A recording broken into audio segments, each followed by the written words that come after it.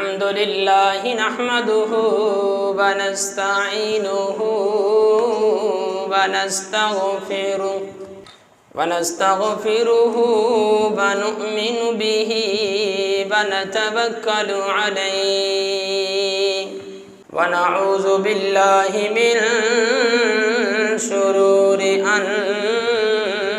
أنفسنا ومن سيئات أعمالنا من يهده الله فلا مضل له من يضلله فلا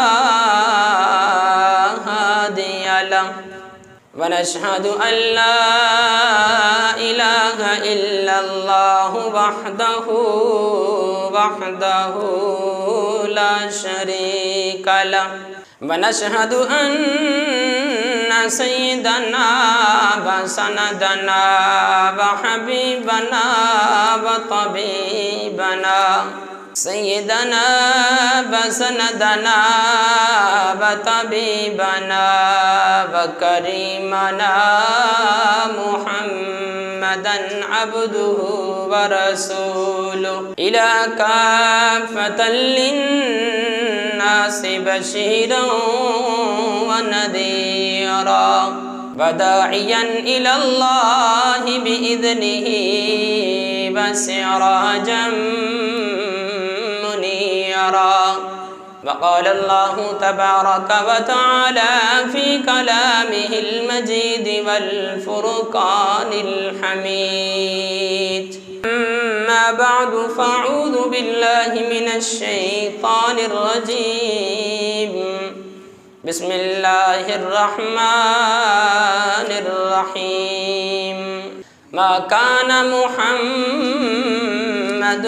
أبا أحد من رجالكم ولكن رسول الله وخاتم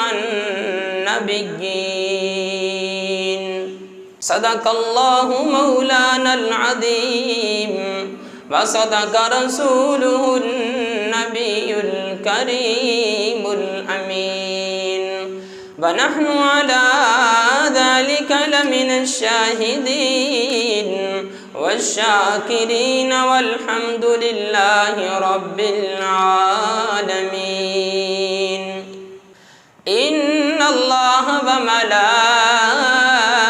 وملائكته يصلون على النبي يا أيها الذين آمنوا صلوا عليه وسلموا تسلیما کوئی زبان خاموش نہ رہے الصلاۃ والسلام علیک یا سیدی یا رسول اللہ وعلى آلك وأصحابك يا سيدي يا حبيب الله الصلاة والسلام عليك يا سيدي يا رحمة للعالمين وعلى آلك وأصحابك يا سيدي يا خاتم النبيين ہے نظر میں جمال حبیب خدا جن کی تصویر سینے میں موجود ہے نظر میں جمال حبیب خدا جن کی تصویر سینے میں موجود ہے جس نے لا کر کلام الہی دیا وہ محمد مدینے میں موجود ہے جس نے لا کر کلام الہی دیا وہ محمد مدینے میں موجود ہے پھول کھلتے ہیں پڑھ پڑھ کے صلی علی کر کہہ رہی ہے یہ باد صبا، ایسی خوشبو چمن کے گلوں میں کہاں جو محمد کے پسینے میں موجود ہے، ایسی خوشبو چمن کے گلوں میں کہاں جو محمد کے پسینے میں موجود ہے۔ ایسا منظر زمانے میں پیارا نہیں، ایسا منظر زمانے میں پیارا نہیں، جیسا منظر مدینے میں موجود ہے نظر میں جمال حبیب خدا جن کی تصویر سینے میں موجود ہے۔ مانا ہم نے کہ جنت بہت ہے حسین، چھوڑ کر ہم مدینہ نہ جائیں کہیں، کیونکہ جنت میں سب کچھ مدینہ نہیں، اور مدینے میں جنت موجود ہے، کیونکہ جنت میں سب کچھ مدینہ نہیں، اور مدینے میں جنت موجود ہے نظر میں جمال حبیب خدا جن کی تصویر سینے میں موجود ہے۔ ہر قسم کی حمد و ثنا اللہ رب العزت کی ذات کے لیے، جو خالق کائنات بھی ہے اور مالک ششجہات بھی ہے۔ اللہ جل وعلا کی حمد و ثنا کے بعد لاکھوں کروڑوں درود پاک امام الانبیاء، فخر الانبیاء، سید الانبیاء و سید المرسلین، شفیع المذنبین، رحمت للعالمین، مولا کل، فخر الرسل، ہادی سبل، تاج الرسل، ختم الرسل، مولا کائنات، فخر موجودات، اللہ کے پیارے، امت کے سہارے، بدر الدجا، شمس الضحیٰ، احمد مجتبیٰ، حضرت محمد مصطفیٰ، سرور کونین صلی اللہ علیہ وآلہ وسلم کی بارگاہ ناز میں اپنی عقیدتوں محبتوں کا خراج تحسین پیش کرنے کے بعد واجب الاحترام بھائیو، دوستو، بزرگوں، عزیز طلباء، آج آپ کے سامنے اللہ کے پیارے نبی بدر الدجا، شمس الضحیٰ، احمد مجتبیٰ، حضرت محمد مصطفیٰ صلی اللہ علیہ وآلہ وسلم کے آخری نبی اور رسول ہونے پر کچھ ضروری وضاحت آپ کے سامنے رکھنا چاہتا ہوں۔ یہ بات ذہن میں رکھیں، نبی کریم صلی اللہ علیہ وآلہ وسلم کی ختم نبوت کا مسئلہ اتنا بدیہی مسئلہ ہے، اتنا آسان مسئلہ ہے، اتنا حساس مسئلہ ہے، اس عنوان پر کسی قسم کی گفتگو کرنا، دلائل دینا، اس پر ثبوت پیش کرنا، اس پر شواہد پیش کرنا، یہ بالکل ایسے ہی ہے جیسے کوئی بندہ دن کے وقت چراغ لے کر سورج کے سامنے کھڑا ہو جائے، سورج کو چراغ دکھائے۔ ہر بندہ جانتا ہے کہ سورج نکلا ہوا ہے، سورج کی کرنیں زمین پر پہنچ رہی ہیں، روشنی ہو رہی ہے۔ جس طرح ہمیں یہ سورج نظر آ رہا ہے، سورج کی کرنیں زمین پہ پڑ رہی ہیں، ہم اپنی آنکھوں سے دیکھ رہے ہیں۔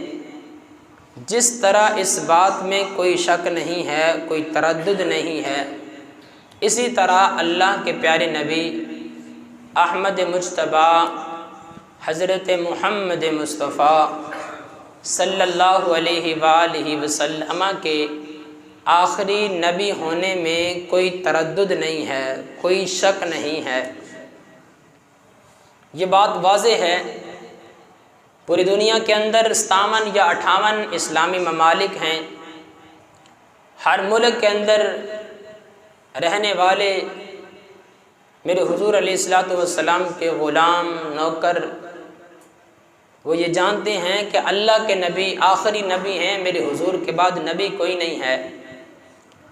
جب ساری دنیا جانتی ہے کہ اللہ کے نبی آخری نبی ہیں، میرے حضور کے بعد نبی کوئی نہیں ہے، تو پھر ختم نبوت پر دلیلیں دینا، ختم نبوت پر شواہد پیش کرنا، ختم نبوت پر ثبوت پیش کرنا، یہ بالکل ایسے ہی ہے جیسے ہم آقا علیہ الصلوۃ والسلام کے اخلاق کا تذکرہ کرتے ہیں۔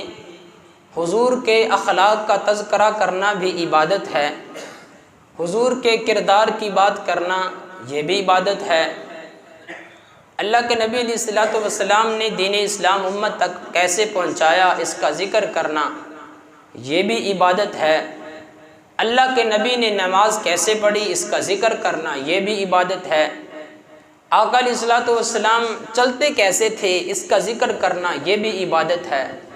نبی رحمت صلی اللہ علیہ وسلم کی جو سیرت طیبہ ہے اس کا ذکر کرنا عبادت ہے۔ بالکل اسی طرح ختم نبوت کا ذکر کرنا، ختم نبوت کی بات کرنا، ختم نبوت پر شواہد پیش کرنا، ختم نبوت پر ثبوت پیش کرنا، ختم نبوت پر دلائل پیش کرنا یہ بھی عبادت ہے۔ جب تک ہم ختم نبوت کی بات نہیں کرتے یا بات نہیں سنتے تو ہمارا ایمان مکمل ہی نہیں ہوتا، بلکہ بعض میں نے لوگوں سے سنا کہ ختم نبوت ہمارے ایمان کا جز ہے، بلکہ میں کہا کرتا ہوں ختم نبوت ہمارے ایمان کا جز نہیں ہے، ہمارا سارے کا سارا ایمان ہی ختم نبوت ہے، سارے کا سارا ایمان ہی ختم نبوت ہے۔ ختم نبوت پر ذکر کرنے سے، دلائل دینے سے، شواہد پیش کرنے سے، ثبوت دینے سے ہمارے ایمان کو حلاوت ملتی ہے، ہمارے ایمان کو مٹھاس محسوس ہوتی ہے، ہمارے ایمان کو تقویت ملتی ہے۔ جو بات میں کہنا چاہتا ہوں، آج کے گفتگو کے اندر دو باتیں آپ کے سامنے آئیں گی۔ ایک بات تو یہ سامنے آئے گی کہ آج ایک بندہ تھوڑا سا عمل ایسا کر بیٹھتا ہے تو فوراً اس پہ فتوے لگا دیے جاتے ہیں، فتووں کی بارش ہو جاتی ہے۔ ایک بات تو یہ سمجھ میں آئے گی کہ اگر کسی انسان کے اندر، کسی مسلمان کے اندر تھوڑی سی کوتاہی ہو جاتی ہے تو اس کا مطلب یہ نہیں ہوتا کہ وہ گستاخ نبی بن گیا ہے، گستاخ صحابہ بن گیا ہے، گستاخ اہل بیت بن گیا ہے۔ اور دوسری بات یہ سمجھ میں آئے گی کہ جب بھی کسی مسلمان کے بارے میں بات کریں، کسی پر کفر کا فتویٰ لگائیں، کسی پر کسی قسم کی تہمت لگائیں، اس تہمت لگانے سے پہلے انسان کے اندر دیکھیں اس کے کفر ہونے پر، اس کے کافر ہونے پر کتنی توجیحات ہیں، اور ان میں سے کون کون سی توجیحات ایسی ہیں جو اس کے مسلمان ہونے پہ ثابت ہو رہی ہیں۔ دو باتیں آپ کے سامنے آئیں گی۔ حضرت امام شافعی رحمۃ اللہ علیہ سے پوچھا گیا کہ امام صاحب آپ بتائیں، جو بندہ نماز نہیں پڑھتا، بے نمازی ہے، بے نماز ہے، نماز نہیں پڑھتا، آپ کا اس کے بارے میں کیا فتویٰ ہے؟ یہاں پہ ایک بات ذہن میں رکھنا، بڑے امام 4 ہیں، لیکن ان 4 اماموں میں سے بڑے امام حضرت امام اعظم ابو حنیفہ نعمان بن ثابت رضی اللہ تعالی عنہ ہیں۔ امام اعظم ابو حنیفہ رحمۃ اللہ علیہ ان 4 اماموں میں سے بڑے امام بھی ہیں اور نرم مزاج بھی ہیں، معتدل مزاج بھی ہیں۔ ہر لحاظ سے امام صاحب کے دیکھیں، ان کی زندگی پڑھیں، ان کی سیرت کو پڑھیں، بالکل نرم مزاج سب اماموں میں سے حضرت امام اعظم ابو حنیفہ رحمۃ اللہ علیہ۔ امام شافعی رحمۃ اللہ علیہ سے پوچھا گیا، امام صاحب جو بندہ نماز نہیں پڑھتا اس کے بارے میں آپ کا کیا فتویٰ ہے؟ امام شافعی رحمۃ اللہ علیہ نے فرمایا کہ جو نماز نہیں پڑھتا وہ کافر ہے، فتویٰ دے دیا جو بندہ نماز نہیں پڑھتا وہ کافر ہے۔ حضرت امام احمد بن حنبل رحمۃ اللہ علیہ سے پوچھا گیا، امام صاحب جو بندہ نماز نہیں پڑھتا اس کے بارے میں آپ کا کیا فتویٰ ہے؟ امام احمد بن حنبل رحمۃ اللہ علیہ نے فرمایا کہ وہ واجب القتل ہے، اس کو قتل کر دو، جو بندہ نماز نہیں پڑھتا اس کو قتل کر دو۔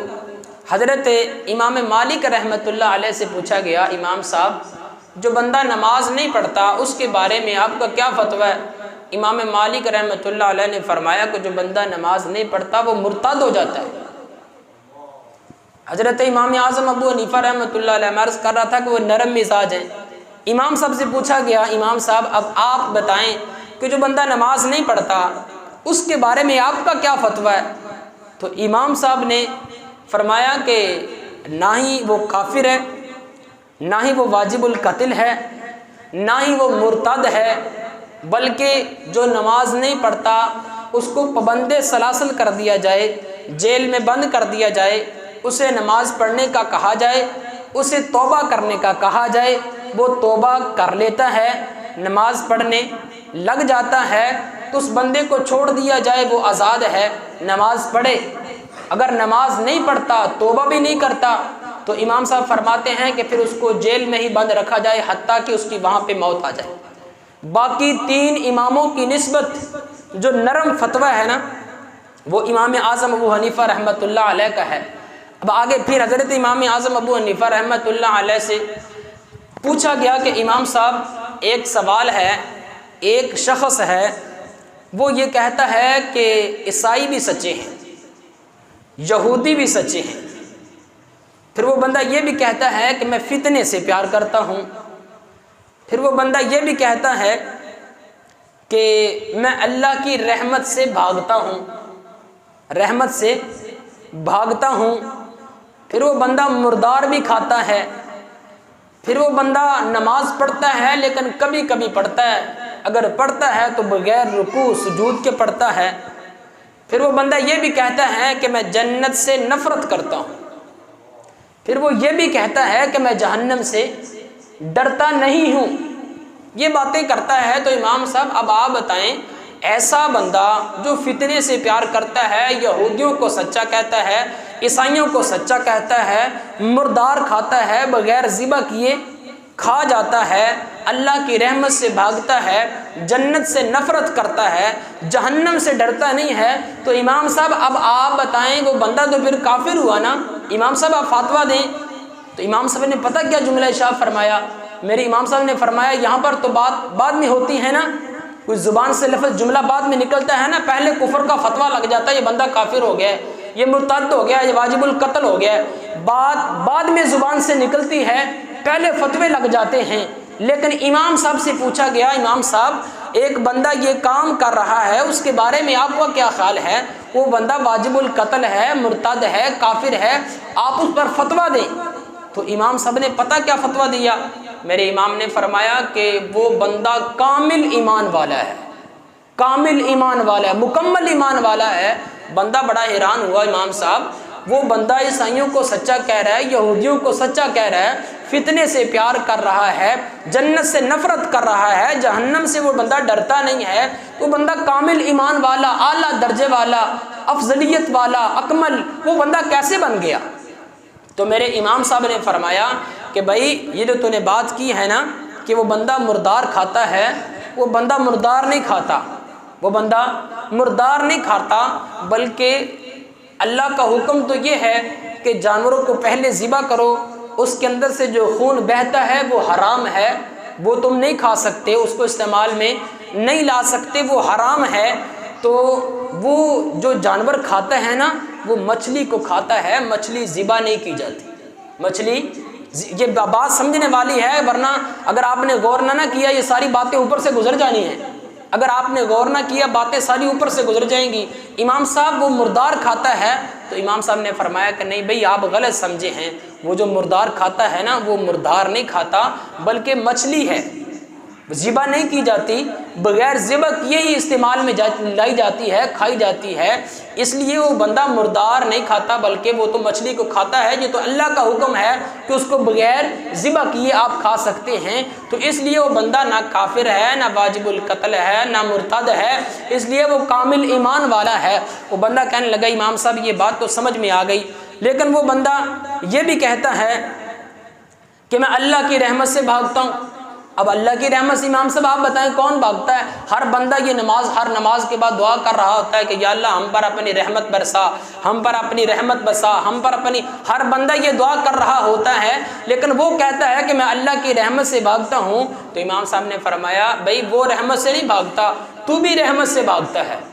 اس نے کہا جی امام صاحب میں اللہ کی رحمت سے کیسے بھاگتا ہوں؟ تو میرے امام صاحب نے فرمایا جب بارش ہوتی ہے تو یہ اللہ کی رحمت نہیں ہے، اللہ کی رحمت نہیں ہے، تو باہر بیٹھا ہوا ہے، چٹیل میدان میں بیٹھا ہوا ہے، بارش برستی ہے تو بھاگ کے اندر چلا جاتا ہے، تو اللہ کی رحمت سے نہیں بھاگتا۔ یہ کیسے تو کفر کے فتوے لگا رہا ہے، کبھی مرتد کہتا ہے، کبھی واجب القتل کہتا ہے، کبھی کافر کہہ رہا ہے۔ وہ بندہ کامل ایمان والا ہے، وہ اللہ کی رحمت سے نہیں بھاگ رہا، وہ تو بارش سے بچنے کے لیے، اپنے آپ کو بھگنے سے بچنے کے لیے بلکہ اندر آ رہا ہے، اللہ کی رحمت سے نہیں بھاگ رہا۔ وہ بندہ کہتا ہے امام صاحب یہ بات بھی سمجھ آ گئی، چل اچھا یہ بتائیں کہ وہ بندہ فتنے سے پیار کرتا ہے، فتنے سے پیار کرتا ہے، کون فتنے سے پیار کرتا ہے؟ ہر بند، یہ فتنوں کا دور ہے، ہر بندہ فتنے سے اپنی جان چھڑانا چاہتا ہے، فتنے سے وہ پیار کرتا ہے۔ امام صاحب اس پر آپ کا کیا فتویٰ ہے؟ امام صاحب فرمانے لگے بھی آپ غلط سمجھے ہیں، وہ جو فتنے سے پیار کرتا ہے نا، آپ بھی فتنے سے پیار کرتے ہیں، میں بھی فتنے سے پیار کرتا ہوں۔ امام صاحب وہ کیسے؟ فرمایا کہ اللہ پاک نے قرآن پاک میں ارشاد فرمایا سورۃ المنافقون انما اموالکم واولادکم فتنہ، اللہ فرما رہا ہے کہ یہ تمہاری اولاد ہے، تمہارا مال ہے، یہ فتنہ ہے۔ فتنے کا معنی آزمائش ہے، یہ تمہارے پاس آزمائش ہے، تم اپنی اولاد سے بھی پیار کرتے ہو، تم اپنے مال سے بھی پیار کرتے ہو، تم بھی پیار کرتے ہو، میں بھی پیار کرتا ہوں۔ وہ بندہ کسی اور فتنے سے پیار نہیں کرتا، وہ اس فتنے سے پیار کرتا ہے کہ اپنی اولاد سے بھی پیار کرتا ہے، اپنے مال سے بھی پیار کرتا ہے۔ امام صاحب سے کہنے لگا امام صاحب یہ بات بھی سمجھ آ گئی، لیکن ایک بات اور ہے، وہ نماز پڑھتا ہے، کبھی کبھی نماز پڑھتا ہے، آپ اس کو کامل ایمان والا کہہ رہے ہیں، مکمل ایمان والا کہہ رہے ہیں، حالانکہ میرے حضور کا فرمان ہے کہ مومن اور مسلمان اور کافر کے درمیان صرف فرق نماز کا چھوڑنا ہے، وہ کبھی کبھی پڑھتا ہے، آپ اس کو کامل ایمان والا کہہ رہے ہیں۔ تو میرے امام نے فرمایا کہ وہ جو کبھی کبھی نماز پڑھتا ہے نا، وہ نماز جنازہ پڑھتا ہے۔ نماز جنازہ روزانہ نہیں ہوتی، وہ کبھی کبھی ہوتی ہے، اس لیے وہ کبھی کبھی جو پڑھتا ہے وہ نماز جنازہ پڑھتا ہے۔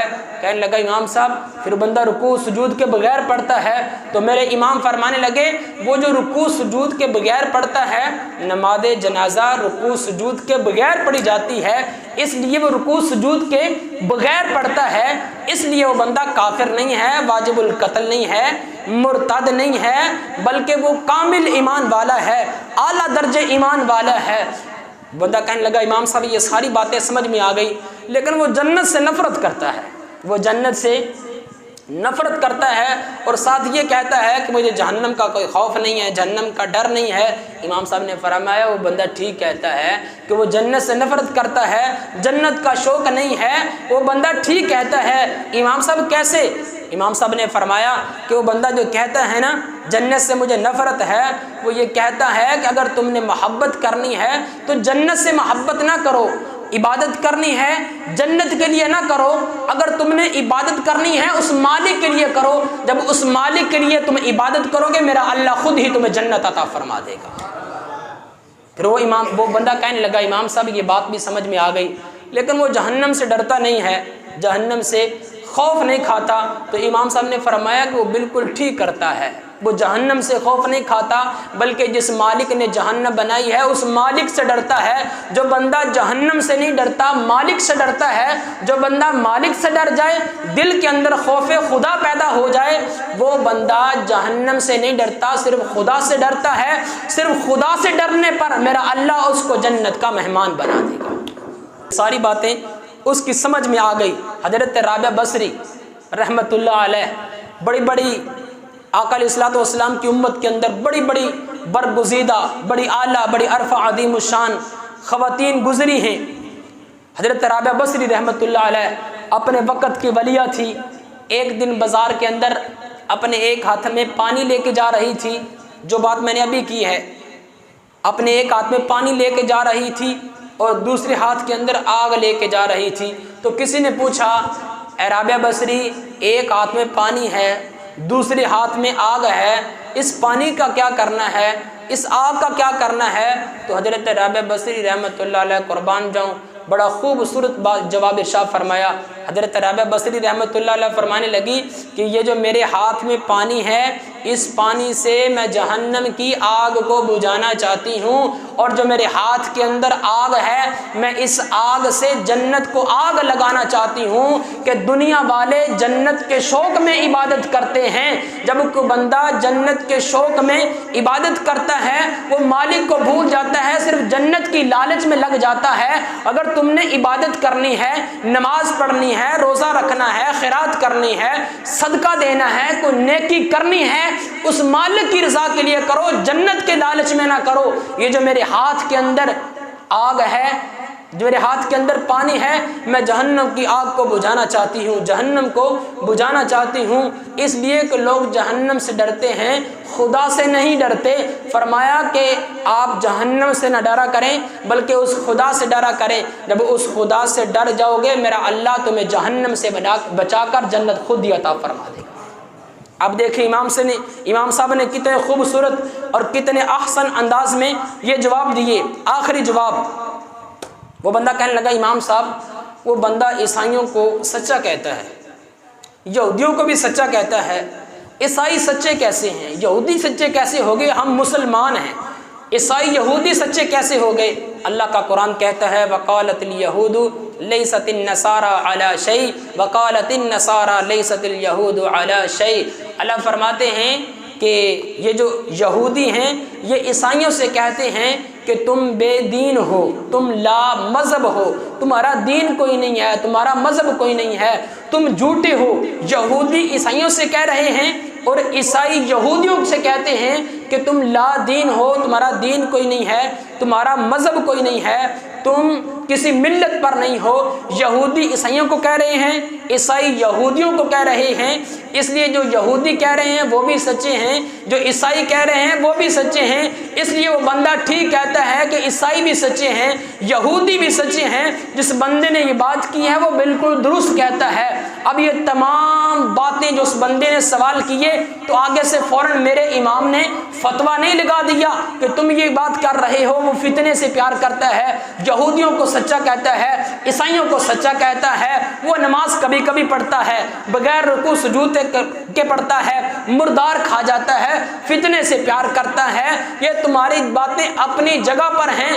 امام صاحب فرماتے ہیں، ایک بندے کے اندر اگر کفر کی کوئی علامت پائی جا رہی ہو تو فوراً اس پہ کفر کا فتویٰ نہ لگا دو، بلکہ 99 توجیحات اس کی کرو۔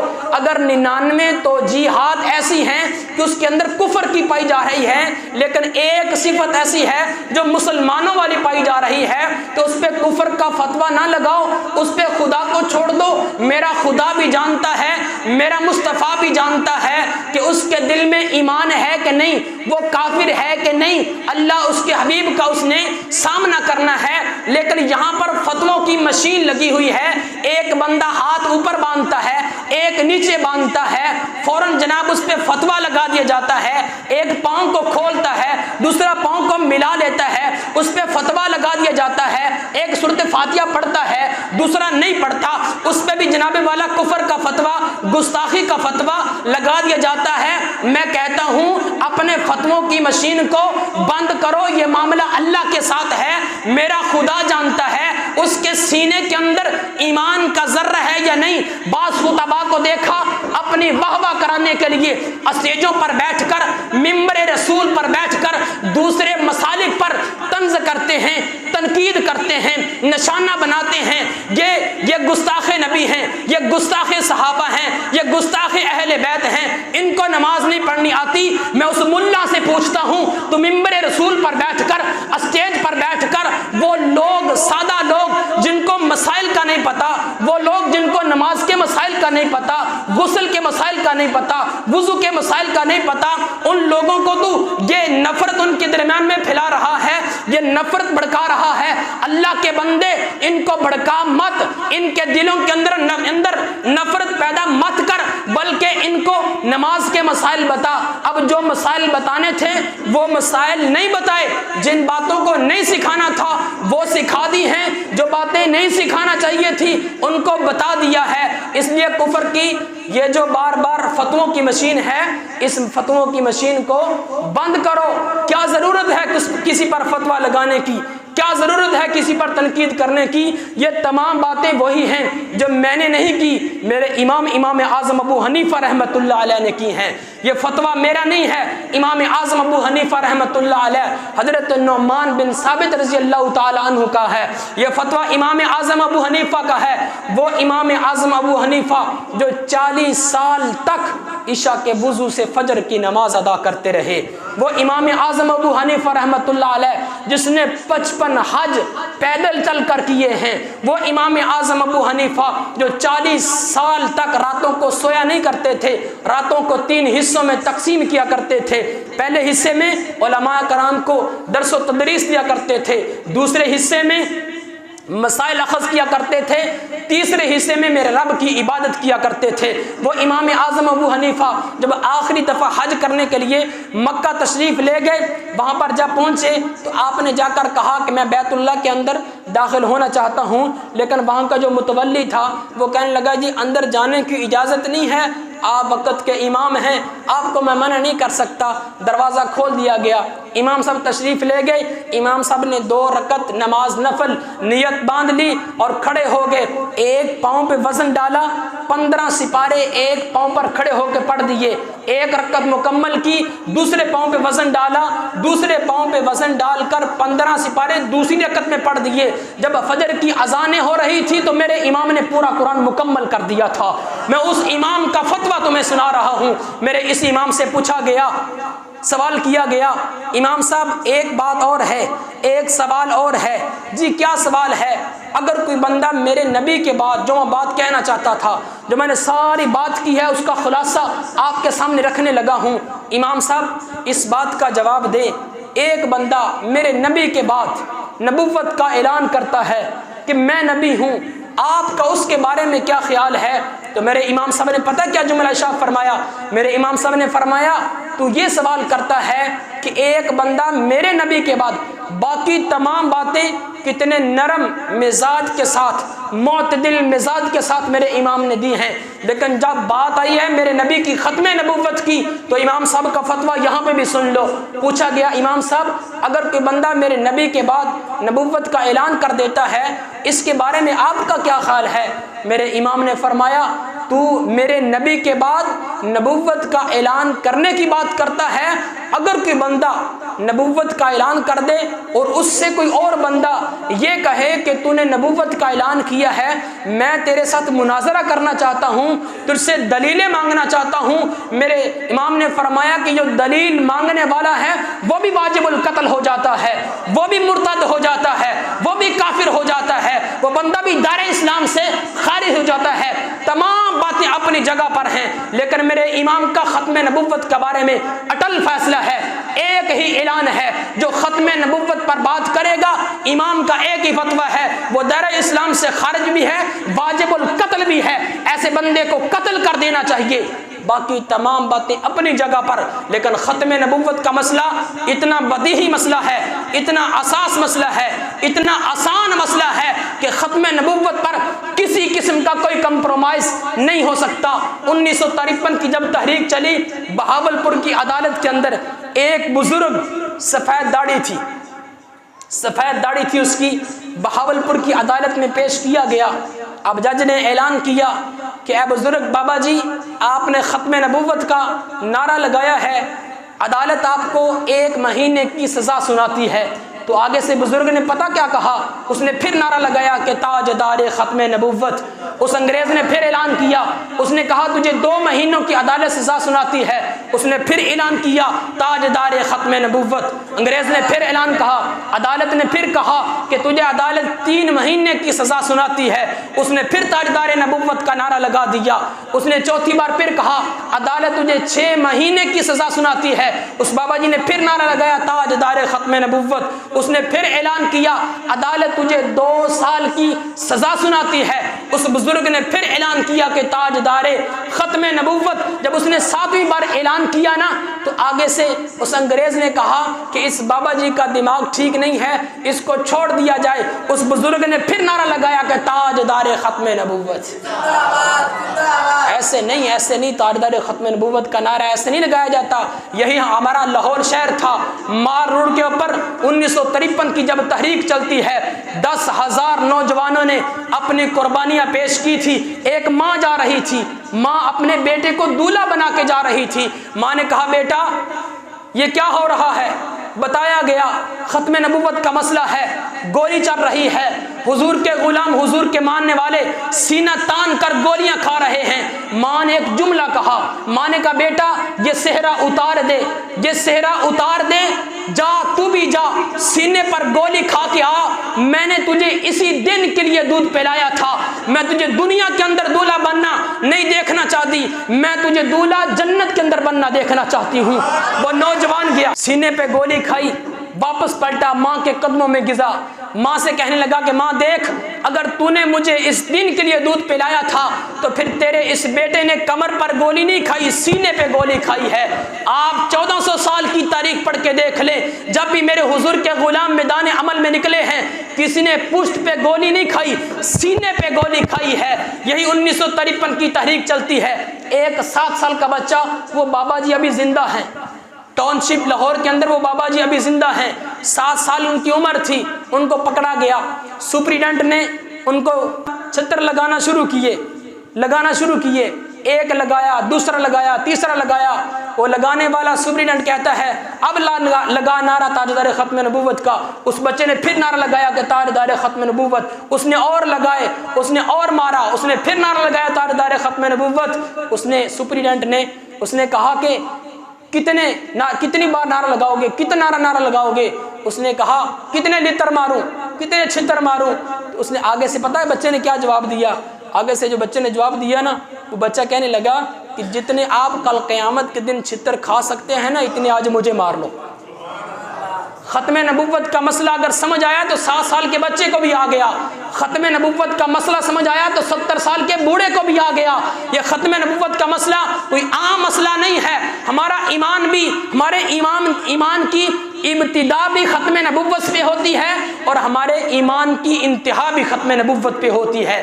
جب تک ہمارے جسم کے اندر جان ہے، رگوں کے اندر خون ہے، دنیا کے اندر 57 یا 58 اسلامی ممالک ہیں، پوری دنیا کے اندر رہنے والے، وہ کسی مسلک سے کسی امام کے ماننے والا ہو، ہر ایک کے سینے کے اندر ایک ہی بات ہے کہ جب تک جئیں گے حضور کی ختم نبوت کا نعرہ لگاتے رہیں گے، اور جب مریں گے تو تاجدار ختم نبوت کا نعرہ لگاتے رہیں گے۔ اللہ خالق لم یزل سے دعا ہے کہ اللہ پاک ہمیں ختم نبوت پر ہی مر مٹنے کی توفیق عطا فرمائے، اور اس نعرے کو عام گلی گلی، کریا کریا، بستی بستی، اپنے گھروں کے اندر، بازاروں کے اندر، گلیوں کے اندر، کوچوں کے اندر یہ نعرہ لگانے کی توفیق عطا فرمائے۔ اس لیے جن لوگوں کو تاجدار ختم نبوت کے نعرے سے تکلیف ہوتی ہے ان کو پتہ چلے کہ ملک پاکستان کی دھرتی پر نہیں، پوری دنیا کے اندر مسلمان جتنے بھی ہیں وہ سب کچھ اپنا تن من دھن ختم نبوت پر قربان کرنے کے لیے تیار ہیں۔